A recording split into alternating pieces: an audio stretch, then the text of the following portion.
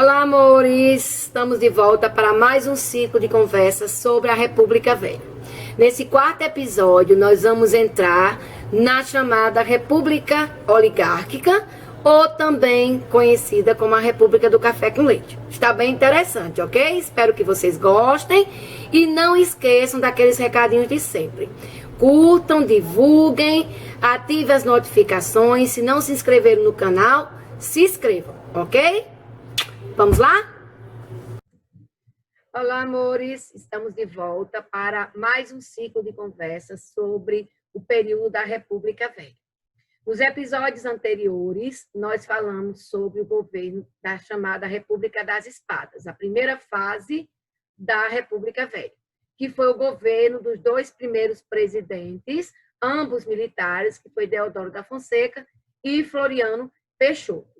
Dois períodos extremamente turbulentos, repletos de conflitos, né? Nós caracterizamos cada um desses governos. Nesse quarto episódio, nós vamos falar sobre a segunda fase da República Velha, que é a chamada República Oligárquica, ou República das Oligarquias, mais conhecida também como a República do Café com Leite. Então, esse período ele vai de 1894, com a eleição do primeiro presidente civil eleito pelo voto direto da história do Brasil, que foi o paulista Prudente de Moraes, e vai até a deposição de Washington Luiz, em 1930, pela Revolução chefiada por Getúlio Vargas, conhecida como a Revolução de 30. Então, esse período aí, que teve em torno dos 10 presidentes, é o período que nós chamamos de República do Café com Leite, ou também conhecido como República Oligárquica, República das Oligarquias, tanto faz a denominação. Como é um período muito extenso, né, nós vamos ver aí um período assim, de muitas décadas de governo, nós vamos separá-los em aspectos. Então, cada episódio nós vamos tratar de um aspecto da República Oligárquica. E nesse primeiro aspecto, nós vamos tratar das características básicas desse período. O que é que caracterizou a estrutura, principalmente a estrutura política, que sustentou a chamada República Oligárquica ou República do Café com Leite, que nós vamos ver a partir desse quarto episódio. Nos episódios seguintes, nós veremos outras características, como as questões externas, as questões econômicas, as questões sociais, para que fique uma conversa bem leve, sem muito... para a gente não estudar cada um dos presidentes individualmente, né? Como a gente fez até agora com o governo dos dois primeiros presidentes, ok?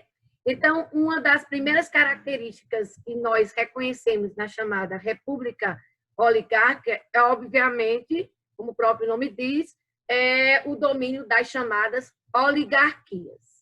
Mas, primeiro, vamos definir o que é uma oligarquia, que é um termo que a gente ainda usa muito, a gente ainda escuta muito. Hoje em dia, na mídia, ainda se usa esse termo oligarquia.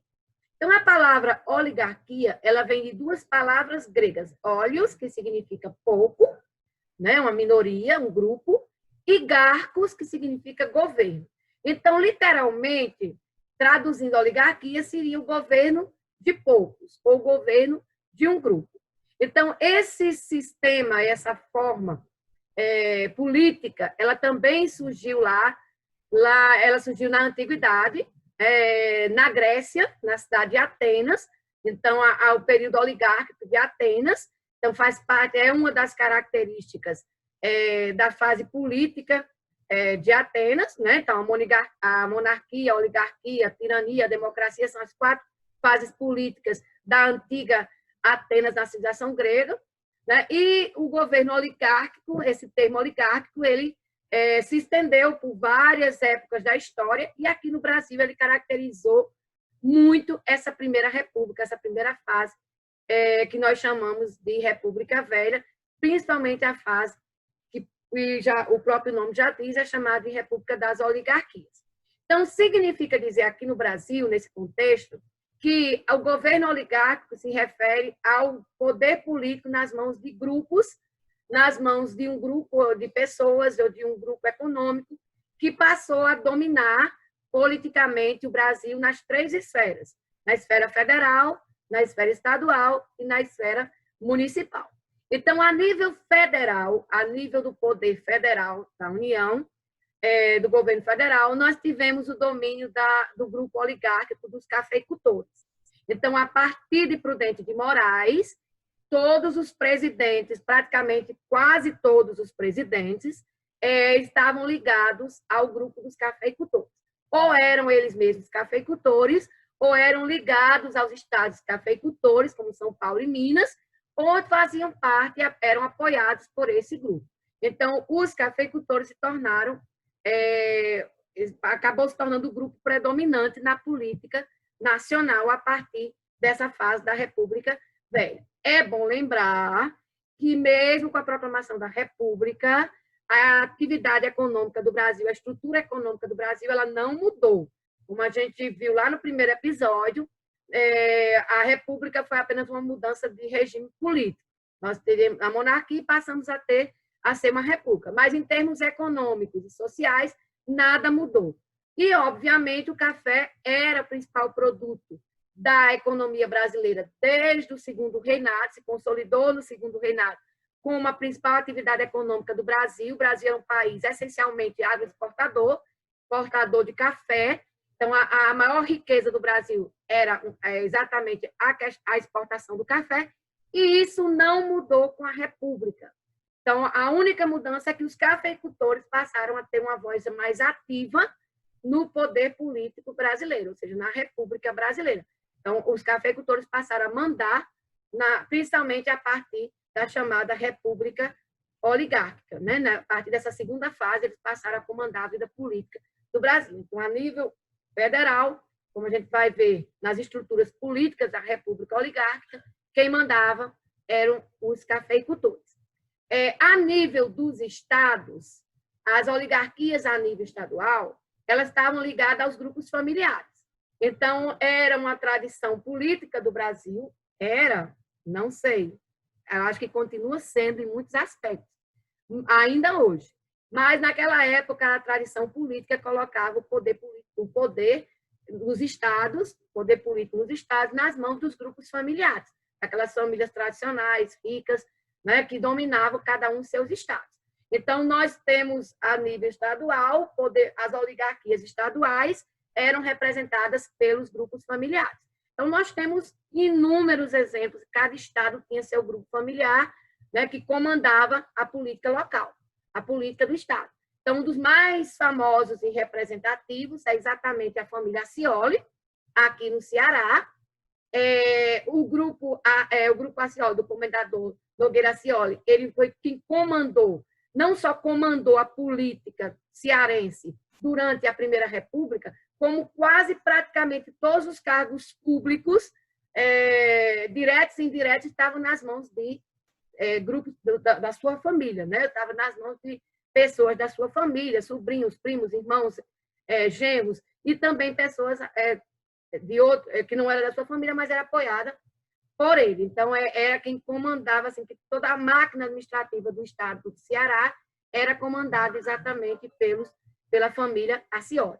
Então, Nogueira Accioli, nós vamos falar dele mais para frente, em outras conversas, quando a gente falar da revolta do Juazeiro, porque ele era o grande aliado político do padre Cícero, o padre Cícero Romão Batista do Juazeiro do Norte, e a deposição do Accioli, a deposição do comendador Accioli pelo governo federal, pelo Hermes da Fonseca, acabou sendo estopim político para a revolta do Juazeiro. Mas isso é uma conversa que a gente vai ter mais para frente. Então, além da família Accioli, que era uma das mais famosas oligarquias que haviam nesse período, nós temos, por exemplo, a família Bias Fortes, em Minas Gerais, a família Albuquerque Maranhão, no Rio Grande do Norte. Os Albuquerque Maranhão era a família mais tradicional do estado, porque eles descendem do fundador da cidade, da capital do Rio Grande do Norte, da cidade do Natal, Jerônimo de Albuquerque Maranhão. Então, ele é considerado o fundador da cidade do Natal. Então, eles descendem, né, lá dos primórdios da história do estado. Então, eles dominaram também a política no Rio Grande do Norte durante a primeira fase da República, né? Então, a família Albuquerque Maranhão foi a mais influente nessa fase da República Oligárquica. Nós temos também os Borges de Medeiros, no Rio Grande do Sul.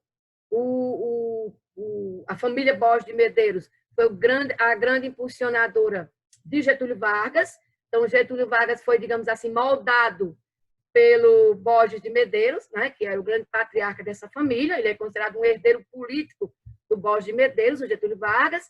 A família Neri, na Paraíba, a família Malta, em Alagoas, os Rosa e Silva, em Pernambuco, a família Seabra, na Bahia, e por aí vai. Cada estado tinha sua família que dominava politicamente. Como eu falei no início, essa característica ainda perdura em muitos estados brasileiros, principalmente do Norte e Nordeste. Nós ainda temos muitas, desde essa primeira fase até os dias de hoje, ainda tem ainda o domínio político dessas famílias que, infelizmente, ainda mandam nos seus estados, né? Ainda mandam politicamente influenciam politicamente nos seus estados. É uma característica que ainda existe no Norte e Nordeste, principalmente, do Brasil.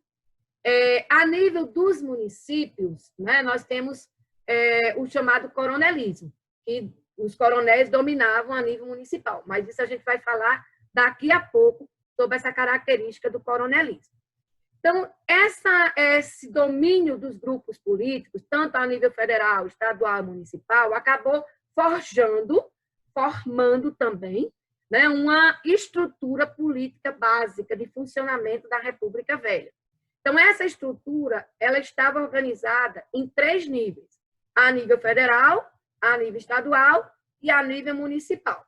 E elas se complementavam, né? Então, elas se autossustentavam, né? Elas sustentavam a si mesma e aos outros através da política de troca de apoio por votos.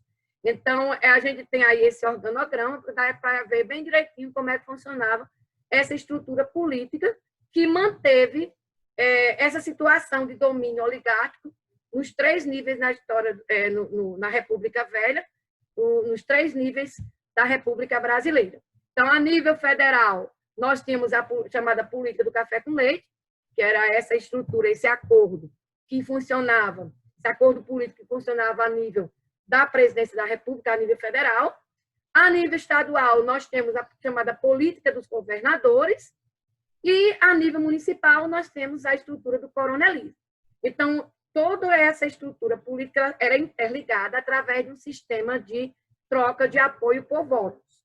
Então, a política do café com leite apoiava os governadores, principalmente apoiando com a concessão de verbas.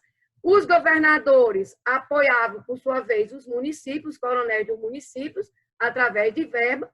Os coronéis do município apoiavam com votos a política dos governadores, que, por sua vez, apoiavam com votos, davam apoio e votos à política do café com leite. Então, era um ciclo vicioso aí que foi muito difícil de quebrar e que manteve a estrutura política viciosa, corrupta da República Velha, da República Oligárquica, durante todas essas décadas da história do Brasil. Então, vamos ver o que é que significa cada uma dessas, como é que funcionava cada uma dessas estruturas políticas. Obviamente, nós vamos começar com a política do café com leite. A política do café com leite, de forma bem simplista, consistia no quê?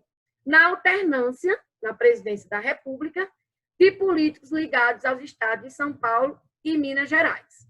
Essa política foi consolidada, teve o pontapé inicial dado por Prudente Moraes, mas foi consolidada durante o governo do 4º presidente do Brasil e o 2º presidente civil, que foi Campos Salles. Mas como é que funcionava? Vamos esclarecer alguns pontos. Por que São Paulo e Minas Gerais? E por que, por isso, chamado café com leite? Ora, São Paulo e Minas Gerais não só eram os estados, São Paulo, Rio, Minas, eram os estados mais ricos do Brasil, né? Ainda mantém essa posição, obviamente, mas eram os estados que não só tinham a maior riqueza, que era o café. São Paulo, principalmente, o maior produtor de café do Brasil, desde o período do Império, era São Paulo. Minas e Rio também tinham uma produção de café considerada. Minas também tinha uma produção muito grande de gado leiteiro, então tinha uma criação muito grande de gado. Daí o termo café com leite. O café de São Paulo e o leite do gado de Minas Gerais.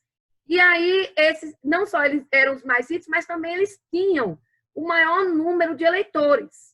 Lembro a vocês, quando a gente falou ali da Constituição de 1891, aquela Constituição que foi feita no governo de Deodoro, a questão eleitoral era muito clara, era muito restrita, era muito elitista.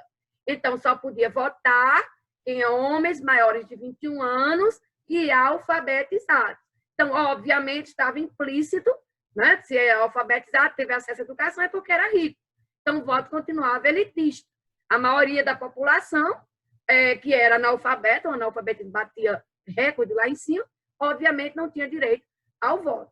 Então, quem é que tinha a maior quantidade de eleitores? As regiões mais ricas. No caso, São Paulo, Minas, Rio, eram os que tinham o maior número de eleitores. E aí, o que acontecia? Foi feito um acordo, né? Um acordo assim, foi firmado um acordo em que São Paulo e Minas definiriam os candidatos a presidente da República. Então, se nesse ano, digamos, vai ter eleição esse ano, aí, esse ano na República Velha, então ia ter eleição. Então, São Paulo indicaria o candidato. Então, obviamente, Minas Gerais apoiaria o candidato indicado por São Paulo. Então, já se sabia que daqui a 4 anos, na eleição seguinte, quem indicaria o candidato era a vez de Minas Gerais e São Paulo prontamente apoiaria. Então, assim sucessivamente. Na outra eleição, era a vez agora de São Paulo, com apoio de Minas, e aí eles iam se revezando nessa gangorra política. Obviamente que essas eleições, a maior parte, eram eleições quando não era candidato único, não tinha disputa eleitoral, porque os dois maiores colégios eleitorais apoiavam o mesmo candidato, então não havia praticamente disputa eleitoral, quando não era um candidato único, então era assim um acordo político em que se revezavam esses políticos desses dois estados, se alternavam na presidência da República. Mas era preciso ter nascido em Minas Gerais para ser candidato? Era preciso ter nascido em São Paulo para ser candidato do Estado? Obviamente que não.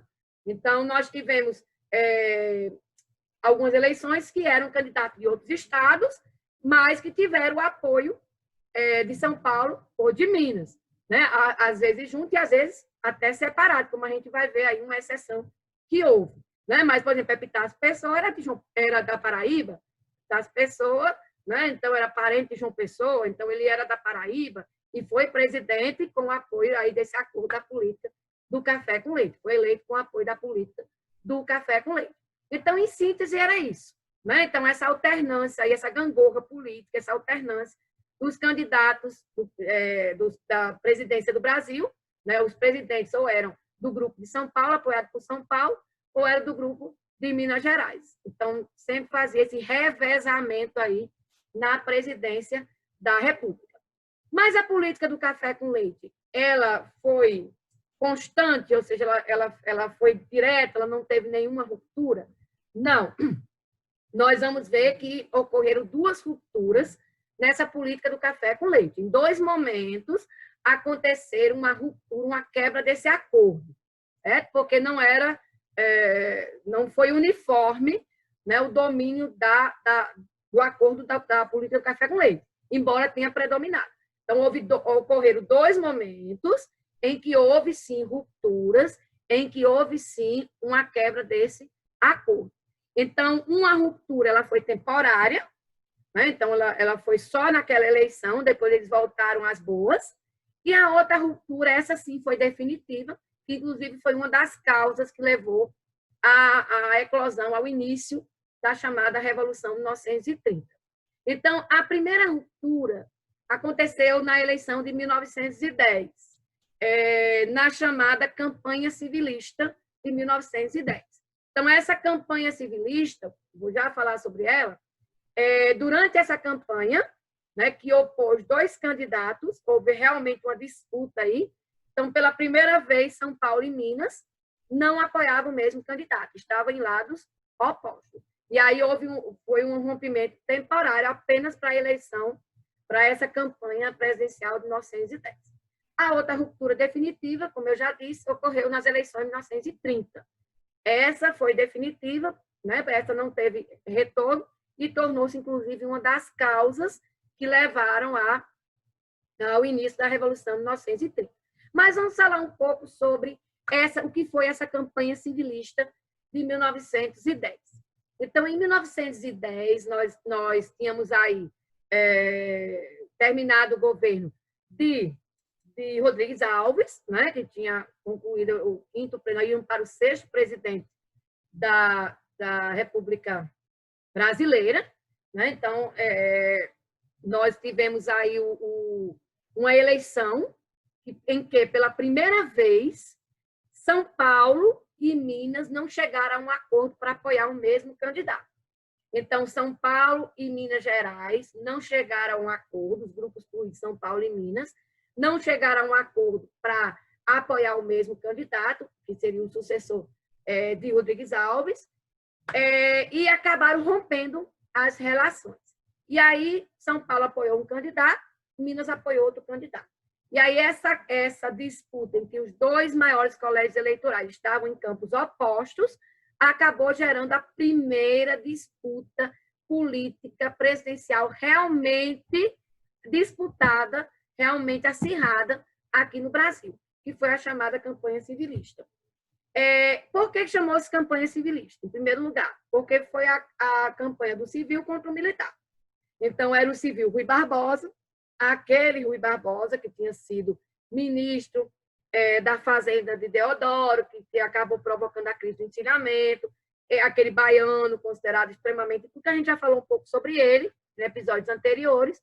Então, Rui Barbosa se candidatou, apoiado por São Paulo, né, apoiado por São Paulo, com o apoio da Bahia, lembrando que Rui Barbosa era baiano, então São Paulo se uniu à Bahia e lançou a candidatura de oposição de Rui Barbosa. A candidatura da situação, que era apoiado pelo governo, no caso, por quem estava no poder, que era considerado o candidato do governo, era exatamente o Hermes da Fonseca, que era militar, que teve a sua candidatura lançada por Minas Gerais, com o apoio do Rio Grande do Sul. Ora, quem é que aparece aqui de novo? Hermes da Fonseca. Nós falamos um pouco sobre ele lá no governo de Deodoro. Hermes da Fonseca era um dos vários sobrinhos de Deodoro da Fonseca. Eu disse a vocês que Deodoro não teve filhos, mas teve uma penca de sobrinhos. Entre eles, o mais truculento, violento, o mais, assim, já se destacou na política foi exatamente o Hermes da Fonseca, responsável, inclusive, quem se lembra do episódio anterior, pela destruição de vários jornais que eram considerados pelo tio dele como jornais de oposição. Hermes da Fonseca era militar igual ao tio, era autoritário igual, ou acho que pior do que o Deodoro da Fonseca. Ele tinha, além de ser extremamente autoritário, ele era extremamente, assim, um contraste, porque enquanto o Rui Barbosa era o exemplo da cultura, da educação, do estudo, da erudição e tudo, Hermes da Fonseca era totalmente contrário. Então, era considerado por muitos como um jumento, era considerado por muitos como uma pessoa, um cara extremamente, uma anta. Na verdade, muita gente chamava ele de anta batizado. Então, Hermes da Fonseca era o candidato, então, aí, apoiado por Minas. Então, houve uma disputa acirrada nessa campanha civilista. São Paulo e Minas, em campos opostos, a primeira disputa eleitoral presidencial, realmente uma disputa que aconteceu no Brasil e que aí foi exatamente promovida por essa ruptura do acordo da política do café com leite. E quem é que acaba levando a melhor nessa história?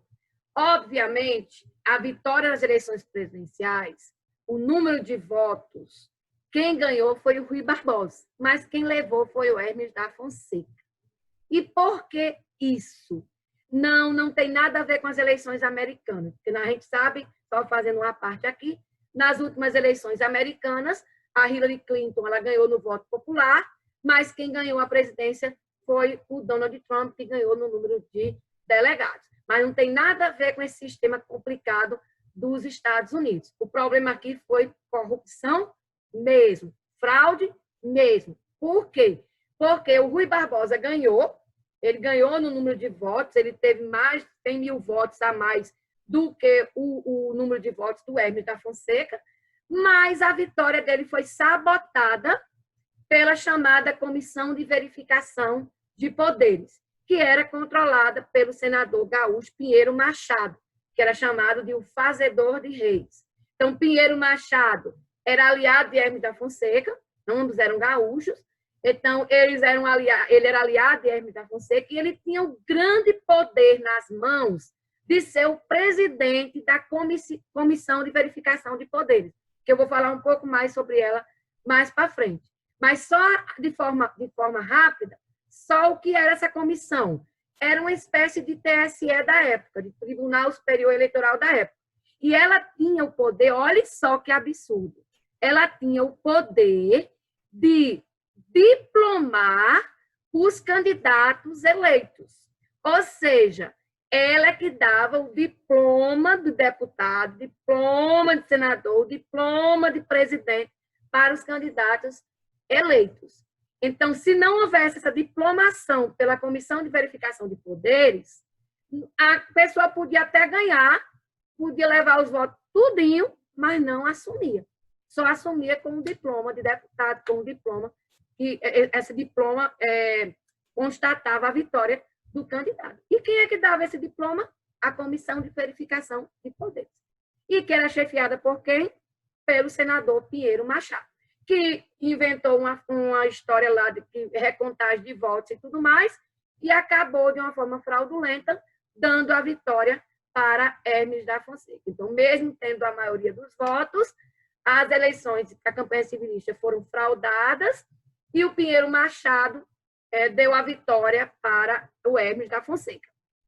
Nós vamos falar um pouco mais sobre essa figura, o Pinheiro Machado, que ele é considerado o grande Rasputin da Primeira República, né? Rasputin, só um esclarecimento, a gente vai falar um pouco mais depois, mais para frente, sobre a Revolução Russa. O Rasputin foi o grande líder político por trás do czar Nicolau, assim, a grande figura, a eminência parda, a grande figura política por trás do czar Nicolau II. O nosso Pinheiro Machado aqui, ele era um senador e que ele era inclusive chamado de fazedor de reis porque por conta desse poder que ele tinha, né? Que ele podia degolar, a expressão era essa, ele degolava os candidatos que ele não queria que ganhasse. Simplesmente ele tinha esse poder, que deu a ele esse apelido de o fazedor de reis. Vamos falar assim mais sobre ele, porque ele também está lá por trás da revolta do Juazeiro, que ele foi um dos responsáveis pela deposição do nosso amigo aqui do Ceará, né, o Nogueira Ció, né, que acabou levando a revolta do Padre Cícero aqui no Juazeiro, tá bom? Vai falar um pouco mais sobre ele, mas guarda esse nome, que ele tem muito a ver com os fatos políticos da Primeira República, ok? Então, a campanha civilista acabou se tornando a primeira ruptura da República, a primeira ruptura da política do café com leite. Depois, passado aí as eleições de 1910, né, quando foi em 1913, São Paulo e Minas Gerais se sentaram novamente, voltaram às boas e refizeram a política do café com leite.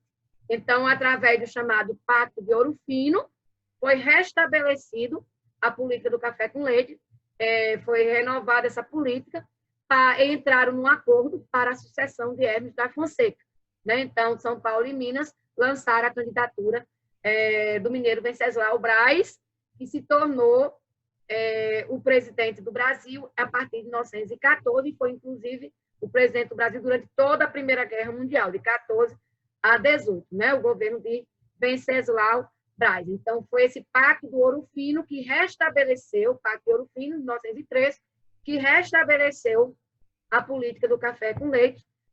Voltaram a ter um acordo aí em São Paulo e Minas Gerais e lançaram um candidato único nas eleições para o mandato de 14 a 18, ok?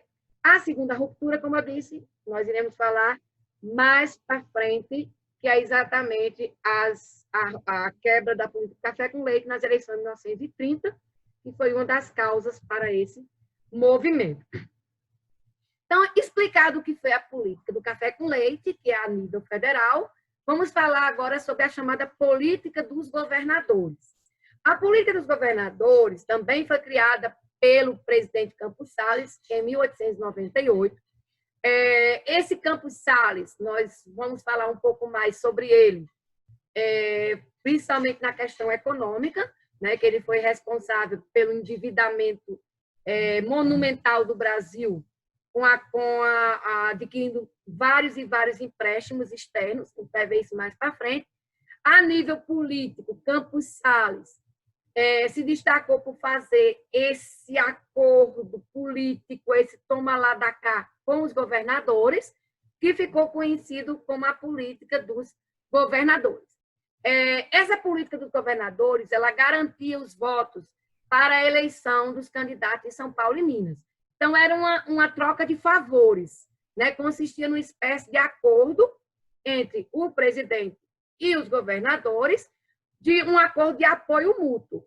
O presidente apoiava os governadores em tudo, né? Ou não se metia nas coisas dos estados, e, em troca, os governadores apoiavam toda e qualquer decisão tomada pelo presidente. Então, era um verdadeiro toma lá da cá. Então, essa política dos governadores, ela vai ser efetivada a partir da seguinte prática. Os governadores apoiavam todas as decisões tomadas pelo governo federal e, em troca, olha só o absurdo, o presidente, através da Comissão de Verificação de Poderes, só reconhecia a vitória dos deputados e senadores que eram indicados pelos governadores, que eram apoiados pelos governadores. Isso era possível porque existia essa chamada Comissão de Verificação de Poderes, que era uma espécie de TSE da época, que a gente acabou de falar, que era chefiada pelo Pinheiro Machado. Como é que funcionava essa comissão? Era composta por 5 parlamentares, entre eles, quem chefiava a comissão era o senador Pinheiro Machado.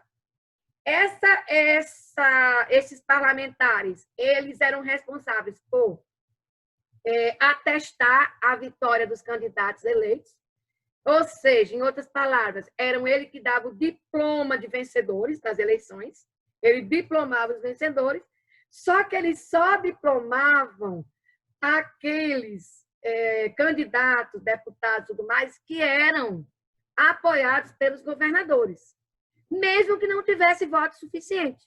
Então, eles sempre apresentavam alguma irregularidade para degolar os opositores. Então, o que é que acontecia? Aquelas pessoas que venciam as eleições nos seus estados para ser deputado federal, por exemplo, essas pessoas que não tinham apoio dos governadores, essas pessoas podiam ganhar com os votos do mundo todinho, mas elas não chegavam a assumir o cargo, porque eram degoladas antes, não no sentido literal da palavra, ok? Mas eram degoladas porque a comissão não reconhecia a vitória e, sem um diploma de vencedores, não podiam assumir o cargo. Então, qual era o objetivo disso aí tudinho? O objetivo dos governadores era colocar pessoas suas no Congresso, né, como deputado e tudo mais, né, para apoiar o que eles queriam nos estados, e para o presidente significava a formação de um Congresso manso, dócil, que não ia questionar as suas atitudes. Então, era um ciclo vicioso. Esse Congresso dócil, esse Congresso que era formado só por pessoas que tinham sido apoiadas pelos governadores, consequentemente, tiveram a sua vaga ratificada pela comissão.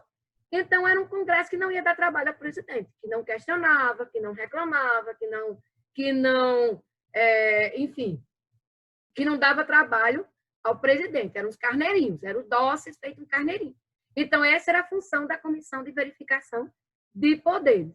Então, era um verdadeiro toma lá da cá de apoio, uma estrutura extremamente corrupta, extremamente fraudulenta, que fraudava a vitória nas eleições, né? Os candidatos que realmente ganhavam no voto acabavam não levando, ganhavam, mas não levavam, e acabou formando aí toda o apoio, né? A estrutura para sustentar toda essa cadeia corrupta da República Velha, né? Que sustentava esses desmandos dos políticos da época. Então, essa política dos governadores era essa espécie aí de tomar lá da cá com o presidente a nível federal. Toda essa estrutura, tanto a nível federal quanto a nível estadual, era, obviamente, a nível dos municípios, a base de sustentação vinha dos municípios, através do chamado sistema de coronelismo. Então, o coronelismo é um sistema, foi um fenômeno político que existiu no Brasil, principalmente no Norte e Nordeste, nas regiões consideradas mais atrasadas naquela época.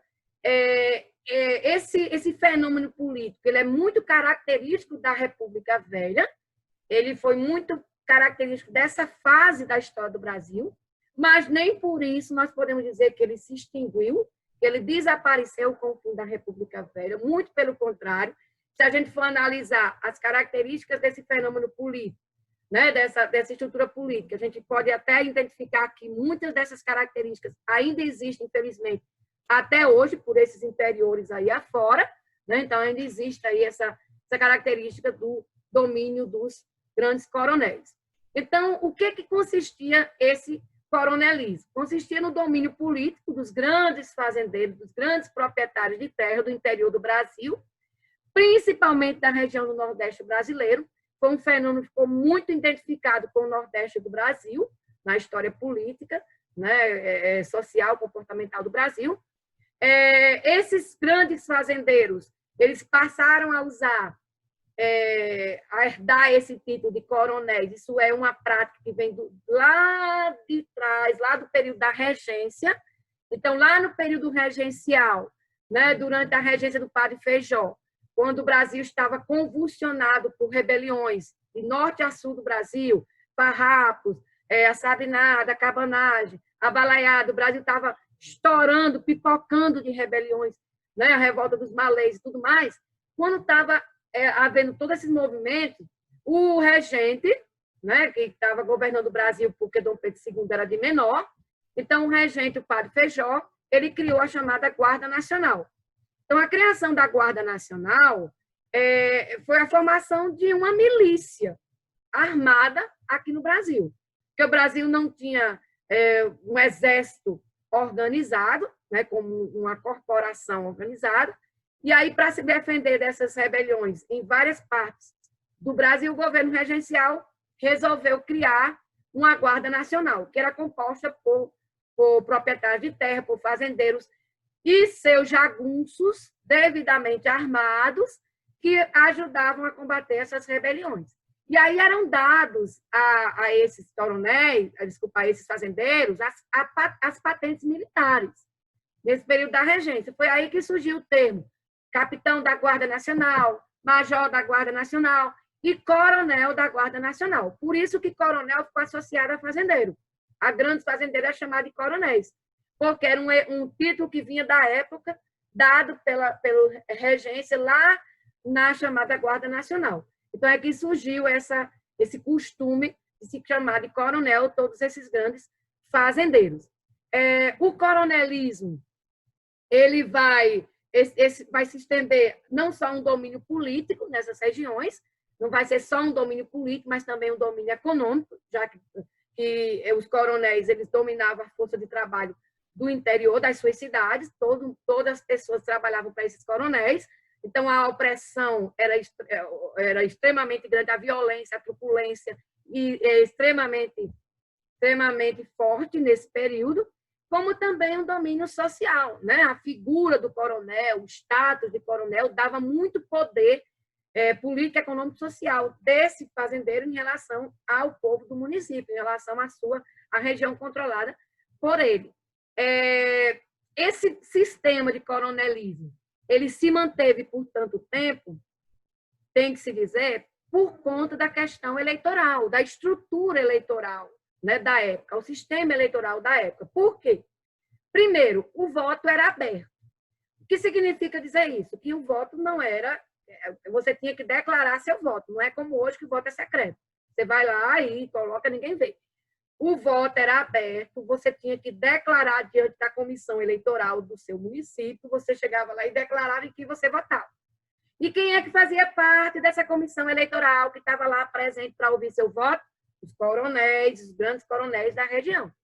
Então, por conta desse sistema eleitoral, por conta dessa questão do voto ser aberto, os coronéis eles tinham como controlar o voto das pessoas que trabalhavam para eles, que eram oprimidas, que dependiam economicamente, socialmente, do poder desses coronéis. Então, todo mundo que trabalhava para aquele coronel votava em quem ele mandava. Né? Então, era o famoso sistema de os currais eleitorais, né? Os coronéis podiam dizer que eu tenho tantos votos para determinado político, para determinado governador, para determinado presidente, eu tenho tantos votos, por quê? Porque eram os currais eleitorais dele.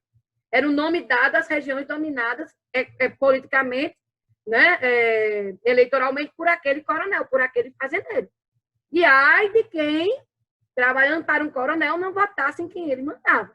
Então, esse sistema do voto direcionado, do voto dirigido, é o famoso voto de cabresto. Cabresto é aquilo que você coloca no cavalo e vai guiando, né? No burro vai guiando.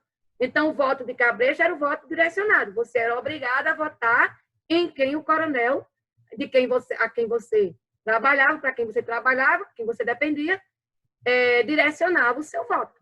Então, você era obrigado a votar em quem ele mandava.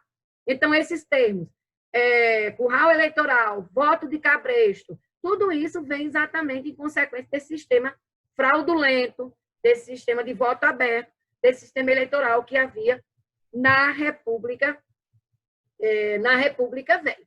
Obviamente que as fraudes também eram imensas, né? Então, votava quem, às vezes tinha mais votante, mais voto do que habitante no município, votava quem já morreu, votava quem nem nasceu. Então, tinha muita dessa questão das fraudes eleitorais. E havia também muita aquela coisa de como só podia votar quem era alfabetizado, um maior de 20 anos alfabetizado, então havia muita aquela questão de ensinar as pessoas mais pobres a assinar o nome para poder comprovar que podiam votar, né? Porque sabiam assinar o nome. Não que tivesse preocupação com a educação, muito pelo contrário, era uma preocupação estritamente eleitoral. Infelizmente, isso durou no Brasil por muito tempo, essa questão de ensinar as pessoas a escrever o nome, pelo menos escrever o nome para poder se tornar um eleitor, né? Que é do voto dessas pessoas é que vinha o poder político dos coronéis no município. Infelizmente, se a gente analisar, né, nos dias de hoje, principalmente quem mora aqui no Nordeste, né, quem vive aqui nessa região, principalmente no interior do Nordeste, a gente ainda consegue comprovar que existem muitas dessas situações hoje, né? Ainda existem muitos currais eleitorais, ainda existem muitos grandes, hoje não são tanto ligados à questão de fazendeiros, né? Mas também são chamados de coronéis em termos políticos, que mandam e desmandam no estado, nos municípios, principalmente no interior, junto à população menos favorecida economicamente, ainda existe muita compra de voto, muita fraude, né? O Brasil ainda está muito aquém, apesar de ter evoluído, obviamente, mas ainda está muito aquém se posso dizer que as eleições no Brasil são 100% justas, né? Sem ilicitude nenhuma, infelizmente. A gente está vendo muito desses resquícios, desse ranço do coronelismo ainda hoje, principalmente no Norte e Nordeste, ok? Muito bem, nós terminamos. Na próxima quinta-feira, nosso próximo episódio, nosso quinto episódio, nós vamos prosseguir, e aí a gente vai falar um pouquinho mais sobre as características dos principais presidentes desse período da República Oligárquica. Tem muita curiosidade, tem muita coisa interessante sobre eles, ok, amores? Então, até o próximo episódio, até o nosso próximo ciclo de conversa na quinta-feira. Beijos. E aí, amores, gostaram? Espero que sim. No nosso próximo encontro, no nosso 5º episódio, nós iremos falar sobre algumas curiosidades dos presidentes da República Oligárquica. Vai estar bem interessante, não percam, ok? Então, beijos e até a próxima.